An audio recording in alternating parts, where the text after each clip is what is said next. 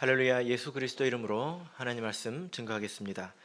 우리 다 같이 하나님 말씀 잠언 15장 1절에서 12절까지 말씀을 다 같이 찾겠습니다. 잠언 15장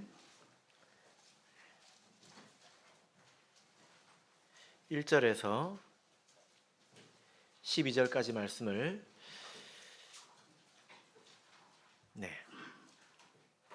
우리 한 절씩 교독하겠습니다. 1절 유순한 대답은 분노를 쉬게 하여도 과격한 말은 노를 격동하느니라.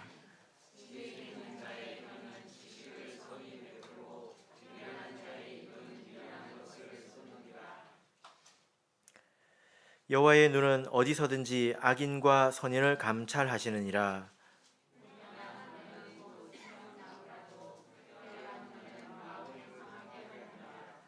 아비의 훈계를 업신 여기는 자는 미련한 자요 경계를 받는 자는 슬기를 얻는 자니라.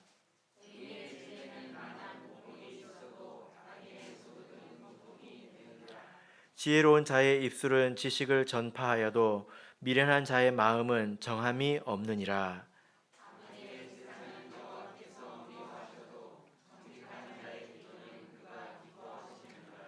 악인의 길은 여호와께서 미워하셔도 의를 따라가는 자는 그가 사랑하시느니라.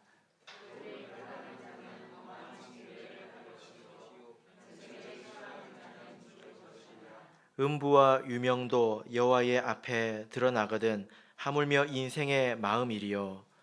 거만한 자는 견책받기를 좋아하지 아니하며 지혜 있는 자에게로 가지도 아니하느니라. 아멘. 네, 오늘 이 시간은 지식의 부자와 고통의 부자라는 제목으로 하나님 말씀을 증거하겠습니다. 여러분, 우리가 아는 하나님은 지혜로우시고 또 전지전능한 그런 하나님이시지 않습니까? 예. 여러분은 어디서 우리 하나님께서 전지전능하시다 이런 것을 느끼십니까? 그냥 특별한 생각 없이 당연하지. 만약에 우리가 그렇게 생각한다면 그 하나님을 참으로 의지하기가 쉽지가 않을 것 같습니다. 그죠? 예, 그냥 말로만 하나님은 전지전능하시지 하고 그것에 대해서 깊이 생각해 보지 않는다면 우리가 하나님을 의지하기가 힘들겠죠. 보통 하나님께서 천지를 창조하셨기 때문에 전지전능하다 이렇게 생각하지 않나 저는 이제 그렇게 보고 있는데요. 성경에서 하나님을 일컬어서 전능자라고 이렇게 표현합니다. 전능하다 이런 모든 것을 할 수 있다 이런 표현을 쓰는데 이제 그런 표현이 가장 많이 등장하는 성경은 제가 이미 말씀을 드렸는데요. 기억나십니까? 구약의 한 권, 신약의 한 권, 압도적으로 많이 등장하는 성경이 있습니다. 어딜까요? 네? 구약은 욥기입니다. 신약은 계시록입니다. 그러니까 이 두 성경은 공통점이 있어요. 그러니까 이런 하나님을 보고 전능하시다라고 이렇게 하는 건데 뭐냐면은 하나님께서 택하신 사람을 온전케 하신다는 것입니다. 택하신 사람을 성장시키신다는 것입니다. 그러니까 사람을 변하게 하는 것이 쉬운 일이 아니잖아요. 그러니까 하나님께서 사람을 택하시고 내가 이 사람을 이렇게 만들겠다 하고 계획을 하셨다면 어떤 상황에서도 그 일을 해내신다. 이런 모습을 보고 전능하시다. 이런 표현을 하는 것입니다. 예전에 뭐 유명한 대기업 그 총수가 이 세상을 살아보니까 내 마음대로 안 되는 게 세 가지가 있다. 이렇게 이야기를 했죠. 첫 번째가 뭡니까? 자식이 내 마음대로 안 된다. 두 번째, 대통령 되고 싶은데 이게 내 마음대로 안 된다. 세 번째가 뭡니까? 골프가 내 마음대로 안 된다. 뭐 이 세 가지를 이야기했다고 합니다. 그러니까 세상에 참 이렇게 그 유능한 사람도 사람을 다스리는 일, 그 중에 특별히 자식이죠. 이게 참 내 마음대로 안 된다는 것 아니겠습니까? 근데 우리가 욥기를 보면 무엇을 알 수 있습니까? 하나님께서 상상할 수 없는 방식으로 사람이 상상할 수 없는 수준까지 사람을 성장시키는 모습을 우리가 욥기를 통해서 볼 수 있어요. 그 욥기는 그냥 고난 이게 주제가 아니라 하나님이 사람을 어떻게 온전케 하시는가 이게 주제거든요. 그래서 우리가 욥기 42장 5절 말씀을 볼 때 내가 죽게 대하여 귀로 듣기만 하였사더니 이제는 눈으로 주를 배움나이다 이런 고백을 하지 않습니까? 이게 하나님의 작품이거든요. 하나님께서 이런 일을 하신다는 것입니다. 계시록은 어떤 면에서 이와 같습니까?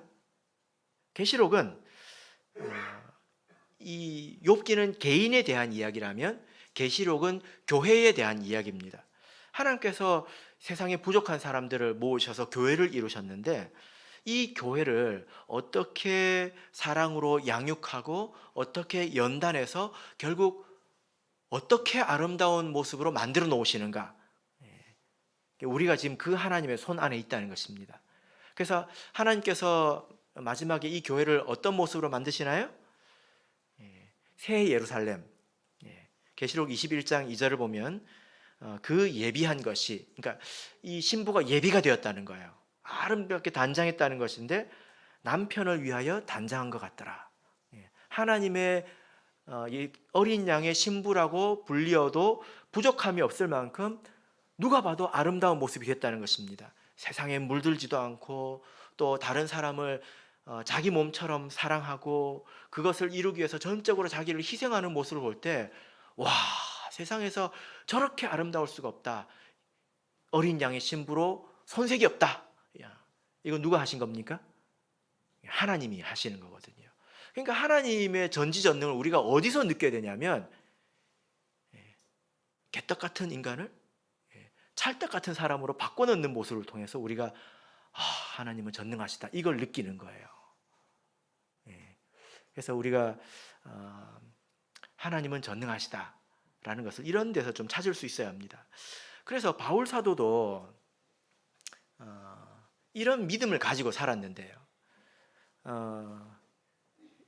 그래야 이제 여유가 생기죠. 바울 사도에게 가장 고통이 되는 교회가 있었습니다. 바울 사도가 생각할 때 생각하면 생각할수록 위로가 되는 교회도 있었지만 생각하면 생각할수록 열받는 교회도 있었다는 거예요. 그 교회가 어딜까요? 고린도 교회입니다. 나중에 배우게 될 겁니다.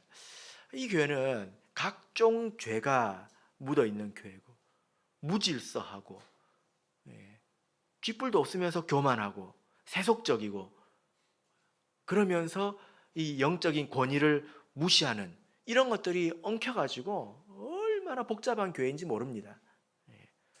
그래서 바울 사도가 그 교회에 편지를 썼잖아요. 편지를 썼지 않습니까? 그 편지를 보면 말도 안 되는 내용들이 막 나오는데 근데 이 편지의 서두에서 바울 사도가 이런 말을 합니다. 한번 볼까요? 고린도전서 1장 8절 보겠습니다. 고린도전서 1장 8절입니다. 고린도전서 1장 8절. 자, 같이 읽겠습니다. 시작. 주께서 너희를 우리 주 예수 그리스도의 날에 책망할 것이 없는 자로 끝까지 견고케 하시리라. 아무리 엉망이지만 하나님께서 택하신 자라면 반드시 끝까지 견고케 하실 것이다. 바울 사도가 이게 인사말로 하는 소리가 아닙니다. 그죠? 인사말로 하는 것이 아니라 택하신 자라면 그렇게 하신다는 거예요. 왜냐하면 바울 사도가 이걸 가장 잘 알았기 때문입니다. 여러분, 바울 사도는 어떤 사람입니까? 자기 스스로 살인자라고 이야기하고 있고 자기 스스로 포악한 사람이라고 이야기하고 있지 않습니까? 그런데 어떻게 자기 이렇게 변화가 됐나요? 그 사람이 훌륭해서 그런 게 아니에요. 하나님이 손을 딱 대시니까 바울 사도가 변하지 않았습니까? 그러니까 우리가 믿는 하나님은 전능한 하나님이십니다. 그래서 우리가 성경을 통해서 이것을 알아야 되고 또 우리 삶에서 이런 하나님을 우리가 볼 수 있어야 되겠죠. 그리고 믿고 살아야 합니다. 그래야 우리에게 희망이 있죠. 그죠? 또 우리 주변에 아직 연약한 믿음을 있는 사람을 바라볼 때 우리가 쉽게 낭망하지 않는 것입니다. 이것이 하나님의 전능하심인데 반면에 이제 이 하나님의 백성의 그 신실함, 이 하나님의 백성의 아름다움은 어디에 있습니까? 돈이 많습니까? 아니면 유능합니까? 어디에 있죠? 그들은 고난 가운데서 웃는다는 것입니다. 고난 가운데서도 원망하지 않는다는 거예요. 모든 것을 하나님의 다스림으로 받아들이고 이것을 소화시켜 버리는 것입니다. 어떤 말씀을 믿습니까? 우리 하나님께서는 모든 것을 합하여 선을 이루신다. 그래서 하나님의 다스림에 자기를 다 내어 맡기지 않습니까? 그래서 욥도 보면 이 모든 일에 욥이 범죄하지 아니하고 하나님을 향하여 어리석게 원망하지 아니하니라 이렇게 말하고 있습니다. 그러니까 그 하나님의 그 백성인 거예요. 하나님은 기가 막히게 다스리고 이 백성들은 기가 막히게 듣는다는 것입니다.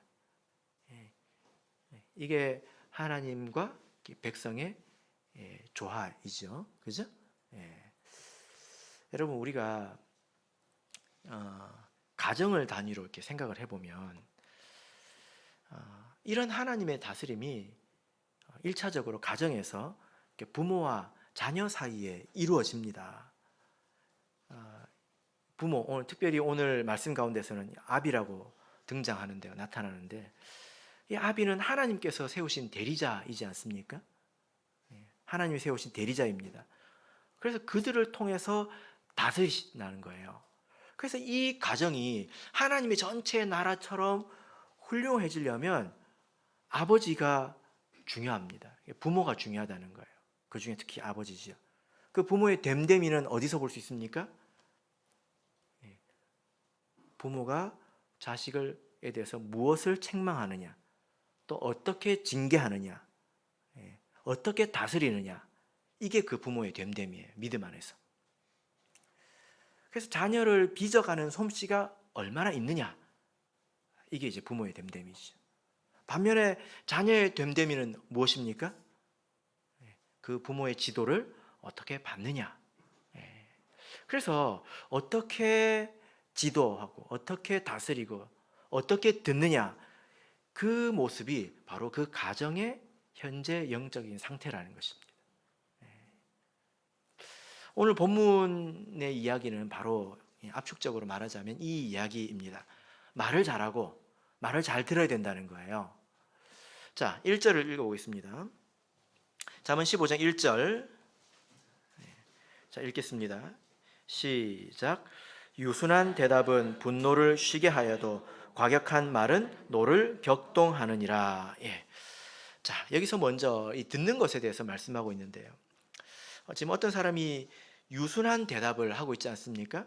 근데 이 말씀은 그러니까 온화하게 부드럽게 대답을 하고 있다라는 것인데, 이 말의 뜻이 뭐냐면요, 이 한 절 앞절을 보시면 잠언 14장 35절을 보시면 이 말씀에서 연결된 내용인데요. 슬기롭게 행하는 신하는 왕의 은총을 입고 욕을 끼치는 신하는 그의 진노를 당하느니라. 그리고 유순한 대답은 분노를 쉬게 한다는 것입니다. 그러니까 지금 이 신하가 잘못을 했다는 거예요. 그래서 왕에게 진노를 샀다는 것입니다. 그럼 왕이 신하를 다스리겠죠. 책망하겠죠. 그럴 때 어떻게 해야 된다는 것입니까? 유순하게 대답을 해야 된다는 거예요. 이 다스림에 대해서, 책망과 진노에 대해서 부드럽게 대답해야 된다는 거예요. 어떻게 대답하는 것이 부드럽게 대답하는 것입니까? 자기를 낮추고 그 내용을 받아들이고, 이것이 유순하게 대답하는 것이죠. 반대로 과격한 말은 무엇입니까? 네가 한번 해봐라. 이런 말이죠. 내가 그럴 줄 알았냐? 이런 말이죠. 책망을 받을 때 그래, 네가 잘하면 그래, 네가 한번 해봐. 내가 뭐 이럴 줄 알았냐? 이런 식으로 대답하는 것은 어떻게 대답하는 것입니까? 그 결과가 무엇입니까? 노를 격동하게 된다는 것입니다. 그러니까 이 15장 1절의 상황은 지도를 받는 그런 상황 아래에서 있는 이제 그런 내용이라는 것입니다. 성경에 보면 이런 내용이 있죠.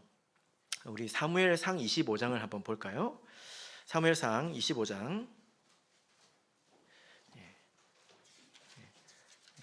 사무엘상 25장 25절, 26절을 읽겠습니다. 자, 읽겠습니다. 시작. 원하옵나니 내 주는 이 불량한 사람 나발을 개의치 마옵소서. 그 이름이 그에게 적당하니 그 이름이 나발이라. 그는 미련한 자니이다. 요정은 내 주에 보내신 소년들을 보지 못하였나이다. 내 주여 여호와께서 사시고 내 주도 살아 계시거니와 내 주의 손으로 피를 흘려 친히 보수하시는 일을 여호와께서 막으셨으니 내 주의 원수들과 내 주를 헤아려 하는 자들은 나발과 같이 되기를 원하나이다. 여러분 이 내용을 아시죠? 다윗이 피난할 때에 이 나발이 양털 깎는다. 일종의 추수이죠. 그것을 듣고 도움을 청했는데 이 나발이라는 사람이 이름도 참 이상하지 않습니까? 나발입니다. 이 사람이 그걸 굉장히 무시했지요. 그래서 다윗이 열받아가지고 화가 나가지고 어떻게 이럴 수 있느냐 하고 왔는데 그때 막아선 사람이 누구입니까? 아비가일입니다. 아비가일. 그래서 아비가일이 이 말씀을 보십시오. 철저하게 자기를 낮추지 않습니까? 그리고 내가 이렇게 와서 당신을 맞은 것은 하나님께서 당신에게 쓸데없는 피를 흘리는 것을 막으려 하심이다. 어찌 그런 일을 하시려고 하시는가? 이렇게 이야기를 합니다. 그 말이 다윗의 마음을 싹 녹여버리잖아요. 그래서 다윗이 이제 혼내주지 않습니다. 물론 그 이후에 나발이 그 이야기를 듣고 깜짝 놀라가지고 기절을 하죠. 그리고 하나님께서 그를 이제 데려가십니다. 하나님께서 치셔서 죽었죠. 그래서 우리가 이런 내용들을 이렇게 볼 때, 뭐 우리 일반 세상에서도 마찬가지지만 내가 이 지도를 받을 때 우리가 어떤 마음의 자세로 이렇게 나아가느냐, 그것을 받아들이느냐, 이게 굉장히 중요하다는 것입니다. 자, 본문으로 돌아가겠습니다. 자, 5절 읽겠습니다. 5절. 자, 읽겠습니다. 시작. 아비의 훈계를 업신 여기는 자는 미련한 자요, 경계를 받는 자는 슬기를 얻을 자니라. 자, 여러분 우리가 여기서 이렇게 유순한 대답이라고 할 때 이것은 세상적인 지혜를 말하는 것은 아닙니다. 어떤 사람이 되게 화가 나 있으면 아이고 그래 아이고 그래 이렇게 그냥 세상적인 지혜로 부드럽게 대하라는 게 아닙니다. 이 가운데 믿음이 있어야 된다는 거예요. 혼내는 사람도 항상 이렇게 포악하게 혼내는 것은 아닙니다. 그 내용이 중요한 거죠. 그 내용을 받아들일 때 믿음이 있어야 된다는 거예요. 여러분 하나님께서 우리를 다스리시지 않습니까? 여러분 믿으십니까? 그러니까 하나님께서 여러분들을 어떻게 다스리십니까? 하나님은 몸을 세우시는 하나님이지요. 그죠? 그래서 가정이라는 곳에 보면 질서가 있습니다. 그리고 교회도 질서가 있습니다. 그 질서를 통해서 하나님께서 사람을 다스리시지, 하나님께서 위에서 이렇게 그 텔레파시를 쏘시고 하나님께서 직접 손을 대시면 굉장히 그건 이제 상태가 심각하다는 거잖아요. 그죠? 우리가 성경을 통해서 보면 기본적으로 하나님께서 나를 다스리시는데 그 다스리는 것을 위해서 하나님께서 세우신 사람이 있다는 것을 우리가 알고 믿어야 합니다. 이것을 믿지 않는다면 여러분들이 다스림 받는 사람일 수도 있고 다스리는 사람일 수도 있어요. 이 일을 이제 외면하면 이제 나중에 7절 8절에서 어떤 일이 일어나는지 나중에 보게 됩니다. 그래서 여기서 가장 우선적으로 언급되는 사람이 누구입니까? 아비죠, 아비. 예. 그냥 여기서 단순히 아버지를 말하는 것이 아니라 그럼 어머니 말은 안 들어도 됩니까? 그게 아니라 하나님께서 세우신 권위를 말하는 것입니다. 예. 그 중에 가정에서는 남편이지요. 그리고 부모님, 어머니, 아버지지 않습니까? 그래서 여러분, 만약에 자녀가 아버지의 말을 잘 듣지 않으면 부모는 깊이 생각해야 합니다. 이 말을 잘 들으시길 바랍니다. 그리고 깊이 생각하고 기도해야 됩니다. 어디서 이 문제가 생겼는지 잘 생각해야 되고, 그리고 반드시 짚고 넘어가야 합니다. 얼렁뚱땅 넘어가면 나중에 훨씬 더 큰일이 생기죠. 만약에 아버지의 말을 잘 듣지 않는다면 그것은 그 가정에 있어서만큼은 하나님께서 다스리는 그런 가장 주요한 틀이 무너진 것입니다. 다스림이 잘 안 된다는 거예요. 하나님의 다스림이 잘 안 이루어진다는 것입니다. 여러분, 이런 일에 대해서 가장 역할이 큰 사람이 누구일까요? 누구일까요? 예. 네? 이런 일에 역할이 가장 큰 사람이 누구일까요? 아내이죠, 아내. 예. 남편의 권위를 가장 많이 허무는 사람이 누구일까요? 예. 남편이 그럴 만하죠. 저도 이해합니다. 압니다. 모르고 하는 소리 아니에요. 목자님이 인간이랑 살아보세요. 그게 뭐냐? 이게 과격한 말이래요. 유순한 대답이 아니에요. 네, 하세요. 그냥 좀. 자매님들, 눈 올리지 마시고. 안다고요, 저도. 그래도 이게 하나님 말씀 아닙니까? 이게 믿음으로 받는 말 아닙니까? 부족하죠. 자매님들이 더 말씀도 많이 들으시고, 물론 더 남편이 훌륭한 가정도 많이 있습니다. 그런데 우리 자매님들이 정말 이 말씀을 깊이 생각하셔야 합니다. 남편한테 존칭을 합니다. 그랬어요, 저랬어요 합니다. 그런데 꼭 저는 어떤 느낌이냐면 오뉴한테 그랬어요, 저랬어요, 그랬어요, 이런 느낌이 들 때가 있습니다. 꼰대 다루듯이 이제 그렇게. 웃을 일이 아닙니다. 그래서 무너뜨리죠. 아이들이 다 보거든요. 어떻게 아이들이 부모를, 아버지를 존중하겠습니까? 자녀들은 들으십시오. 자녀들 들으십시오. 아버지에게 순종해야 합니다. 아버지에게 순종하십시오. 아버지가 부족해도 그 모습을 보고 하나님이 여러분을 축복하실 겁니다. 이게 성경 말씀의 진리예요. 아버지, 또 어머니, 또 교회도 영적으로 하나님께서 세우신 권위들이 있지요. 그죠? 각종 책임자들이 있습니다. 그런 지도에 순응해야 된다는 것입니다. 그래서 이 말씀을 보시면 업신여기는 자는 어떤 사람이라고요? 미련한 자다. 미련한 자다. 이것은 불신앙적인 것입니다. 하나님은 그것도 모르고 하신 말씀이죠. 말씀하신 거죠.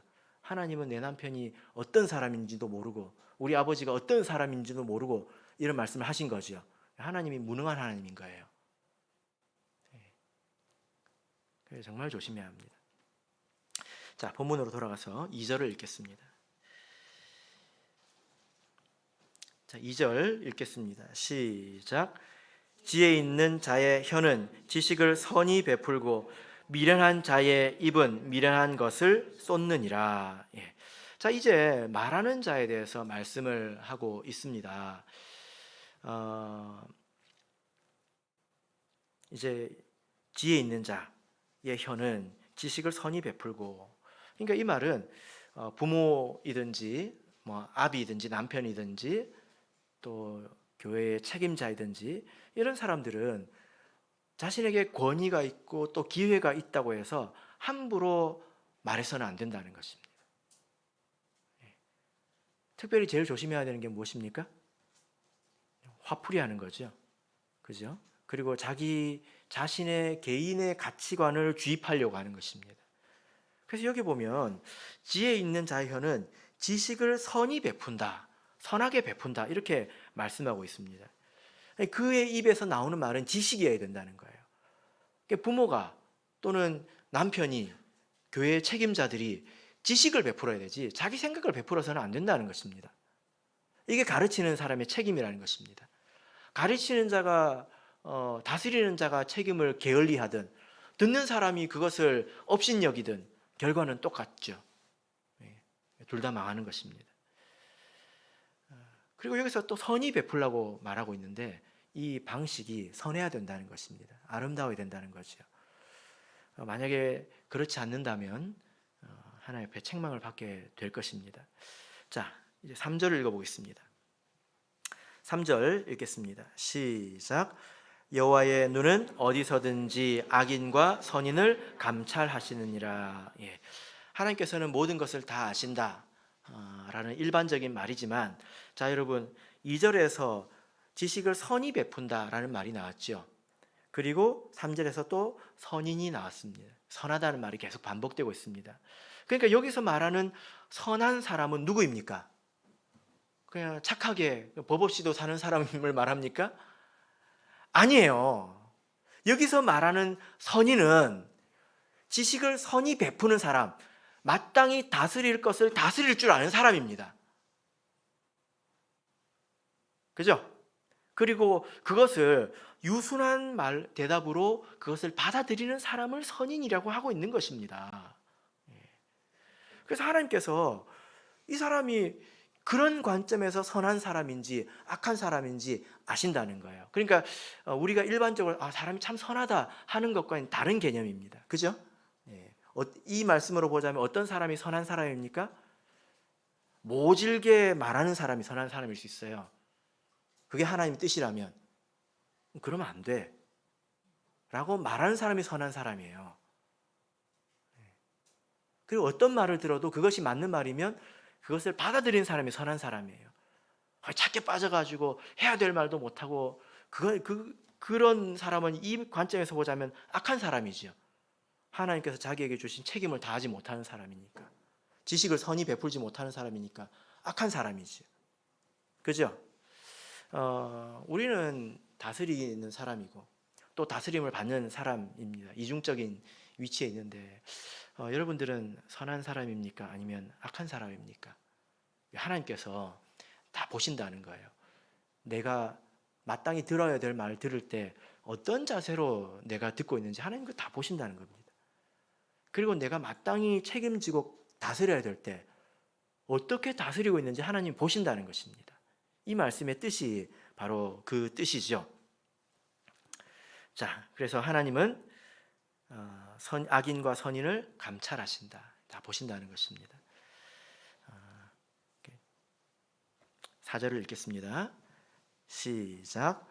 올량한 혀는 곧 생명나무라도 패려한 혀는 마음을 상하게 하느니라. 왜 하나님께서 이것을 이렇게 중요하게 여깁니까? 그 이유가 나와 있죠. 올량한 혀는 온전한 혀를 말합니다. 온전한 혀는 그러니까 마땅히 가르칠 것을 가르치는 자, 그런 부모, 남편, 아비, 그리고 그것을 잘 듣는 사람, 이런 것을 통해서 생명이 전승된다는 것입니다. 그래서 여러분, 이 입을 통해서 생명이 전승되기 때문에 입을 잘 사용해야 된다는 거예요. 생명나무가 무엇입니까? 여러분, 생명나무, 우리 성경 읽어보면 생명나무가 제일 먼저 어디서 나오죠? 에덴 동산에서 나오죠. 에덴 동산에서. 여러분, 에덴 동산에 가서 생명나무 있으면 얼마나 좋을까? 천국에 가면 생명나무가 있겠지. 맞는 생각입니까? 틀린 생각입니까? 틀린 생각이죠. 천국에 갔는데 생명나무가 있으면 선악과도 있습니까? 생명나무는 지금 있는 것입니다. 어디 있습니까? 여러분 집에 가셔서 가장의 입을 쳐다보십시오. 그게 여러분들의 생명나무입니다. 여러분들의 부모의 입을 쳐다보십시오. 주 안에서 순종하시면 됩니다. 맞습니까? 그것을 통해서 생명이 전승된다는 거예요. 이런 내용이 에스겔서에도 있고 계시록에도 있죠. 그죠? 그래서 에스겔서에 보면 성령 이 성전에서부터 물이 흘러내려서 다 이렇게 물이 흘러내리고 나무가 이제 자라지 않습니까? 거기서 열매가 맺고 사시사철 열매를 맺고 그리고 나뭇잎이 떨어지는데 그 잎이 사람을 이렇게 소성시킨다는 거예요. 그 주변의 것들을. 여러분 어떤 나무를 한번 생각해 보세요. 열매가 있는데 그 열매도 우리에게 덕이 되지만 그 이파리는 우리에게 약이 된다고 한번 생각해 보세요. 사람이 그렇다는 것입니다. 그 사람의 행동이나 그 행동을 통해서 맺는 열매나 그 입에서 나오는 말들이 하나 버릴 게 없이 다 이렇게 유익이 된다는 거예요. 행동을 보면 보고 배울 것이 있고 말은 우리 귀에 우리 마음에 유익하고 하나님께서 생명을 그 입을 통해서 우리에게 전수하신다는 것입니다. 자, 6절 읽겠습니다. 자, 6절 읽겠습니다. 시작. 의인의 집에는 많은 보물이 있어도 악인의 소득은 고통이 되느니라. 그래서 이 집이 나왔습니다. 이런 것들이 잘 이루어지는 집은, 그러니까 잘 말하고 잘 듣는 집은 어떻습니까? 보물이 있어도. 근데 잘 말하지도 못하고 잘 듣지도 않아요. 그러면 어떻게 됩니까? 그 사람들에게는 소득이 있다 하더라도 그것이 도리어 고통이 된다는 것입니다. 그래서 이 말씀을 보면 그 두 가지 부자가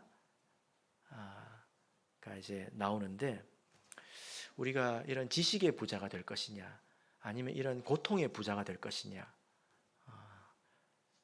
우리가 선택하기 나름인 것이죠. 자, 이제 8절 9절을 읽겠습니다. 8절 9절 읽겠습니다. 시작. 악인의 제사는 여호와께서 미워하셔도 정직한 자의 기도는 그가 기뻐하시느니라. 악인의 길은 여호와께서 미워하셔도 의를 따라가는 자는 그가 사랑하시느니라. 자, 여기서 악인 또 정직한 자 또 악인 또 의를 따라가는 자 나왔는데 여기서 말하는 악인 또 정직한 자의 정체를 이제 아시겠습니까? 조두순같이 악한 사람을 말하는 게 아니에요.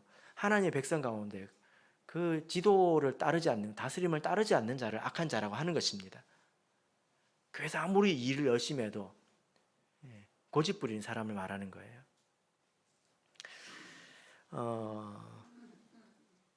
그러니까 하나님께서 무엇이 하나님의 기쁨이 되냐?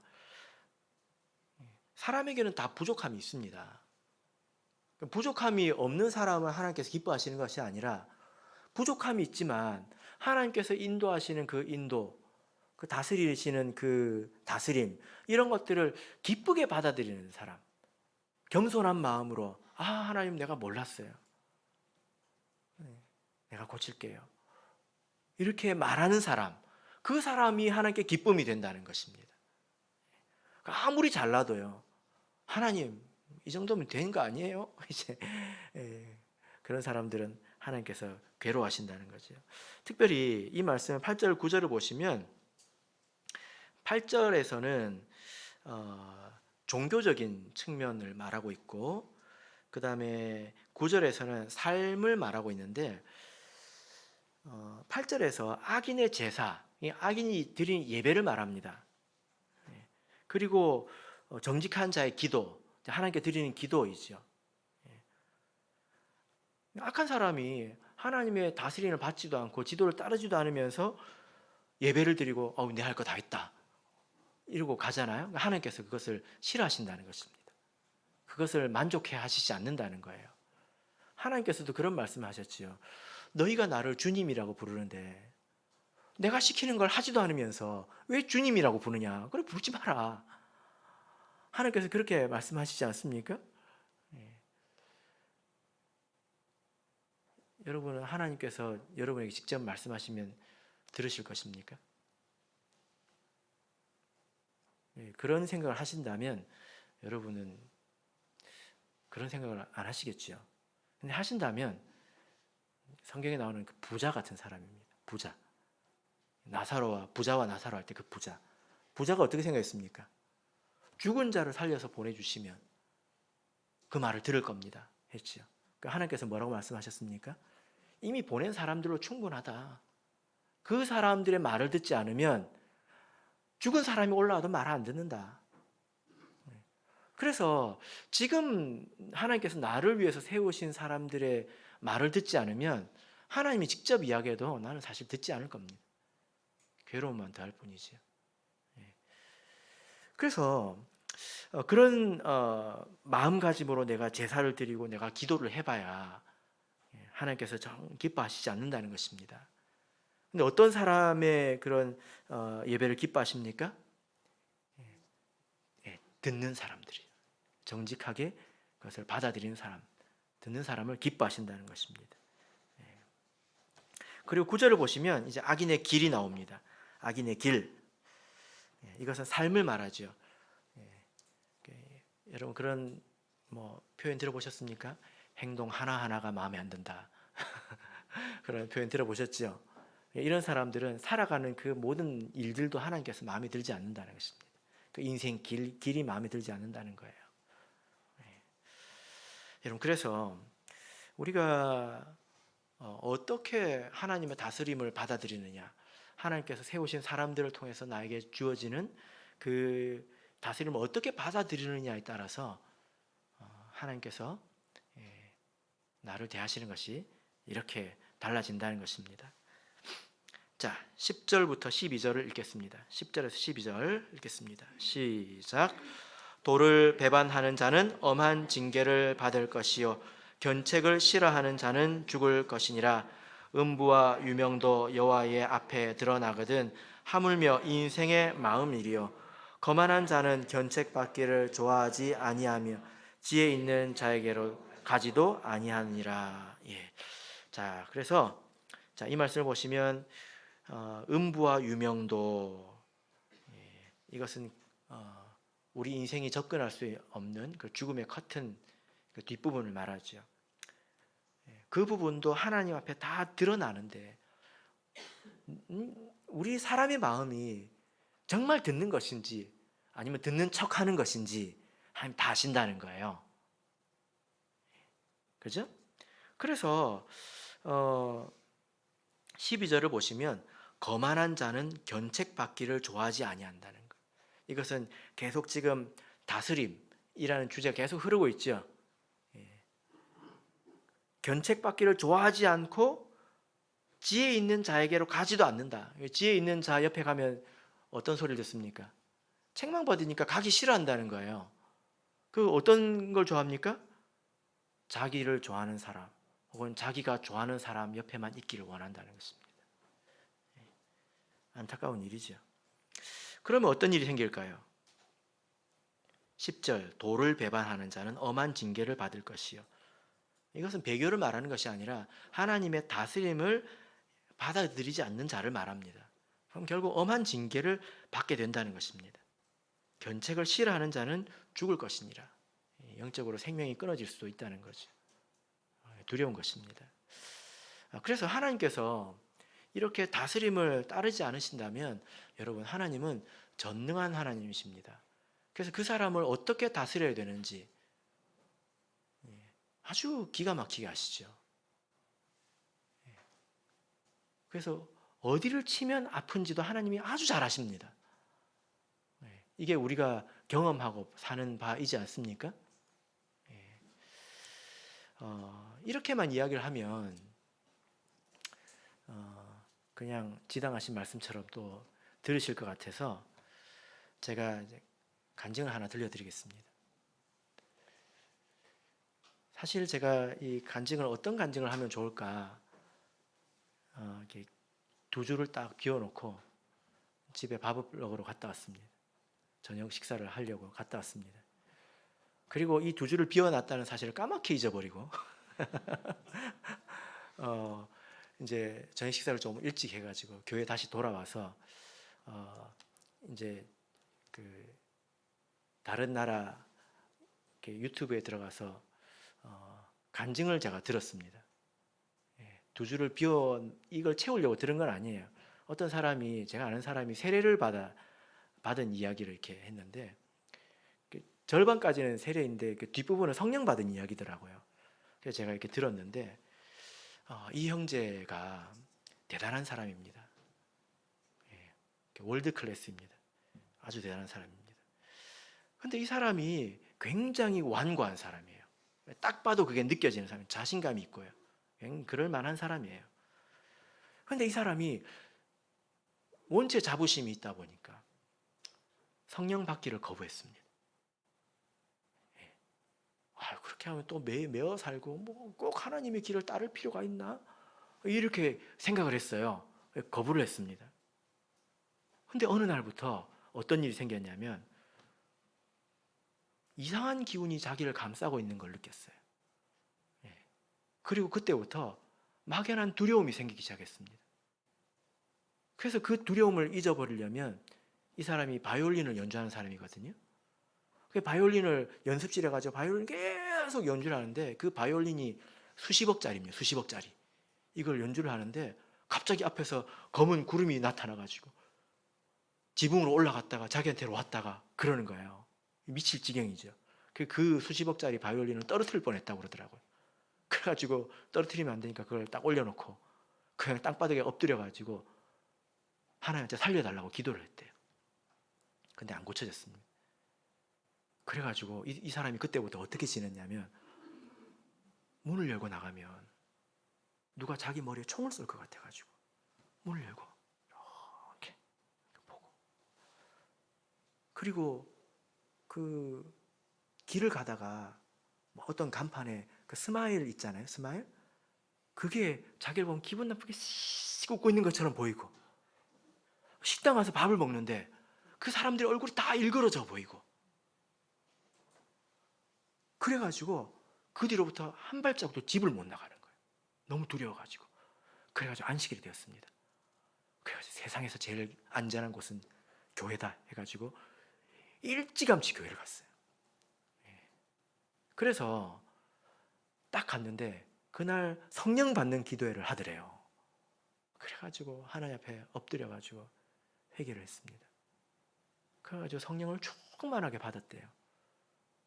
그렇게 성령을 받아서 내 마음에 이 그 큰 빛이 들어올 때 이 마음에서 어둠이 사라지는 걸 느끼고, 그래서 계속 기도하고 싶어서 기도 마치고 목사님 방에 가서 또 기도하고 계속 그랬다는 거예요. 이 자기가 그렇게 완고하니까, 초신자니까 하나님께서 그렇게 이쁘게 해주신 것 같습니다. 그래서 하나님께서 이제 자기를 꺾으셨다고 이야기를 하시더라고요. 그러면서 뭐라고 이야기하시냐면, 자기가 예수 이름으로 권하겠습니다. 절대로 거기까지 가지 마십시오. 갈 데가 못 됩니다. 자기가 그 기간을 겪어봤잖아요. 사람 사는 게 아니거든요. 그래서 제가 그 간증을 듣고 이 두 줄을 채우라는 거구나. 지금 채웠습니다. 사랑하는 성도 여러분, 하나님께서 우리 백성을 사랑하십니다.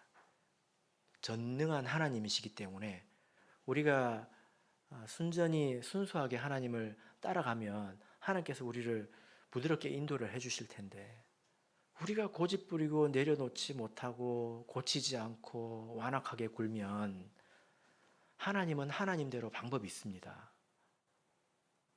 그죠? 여러분은 지식의 부자가 되시겠습니까? 아니면 고통의 부자가 되시겠습니까? 제가 이 간증을 듣고 정말로 느낀 것은 이 사람이 초신자라서 하나님께서 그렇게 하셨다고 느꼈습니다.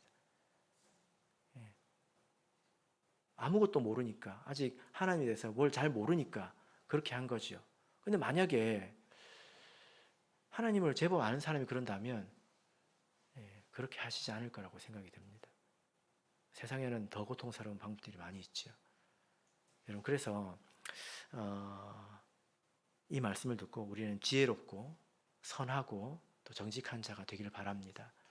제가 이런 말씀을 드리는 것은 겁주려고 그러는 게 아니에요. 그죠? 왜 이런 말을 드릴까요? 말씀이니까. 저는 선한 사람이 되고 싶어서 이런 말씀을 드리는 겁니다. 저도 또 지도를 받는 사람이니까 저도 그런 마음으로 살아야 되겠다는 생각이 또 듭니다. 바라옵기는 저와 여러분이 하나님 앞에서 항상 유순한 성도가 되기를 진심으로 바랍니다. 우리 다 같이 찬송하겠습니다. 421장 찬양하겠습니다.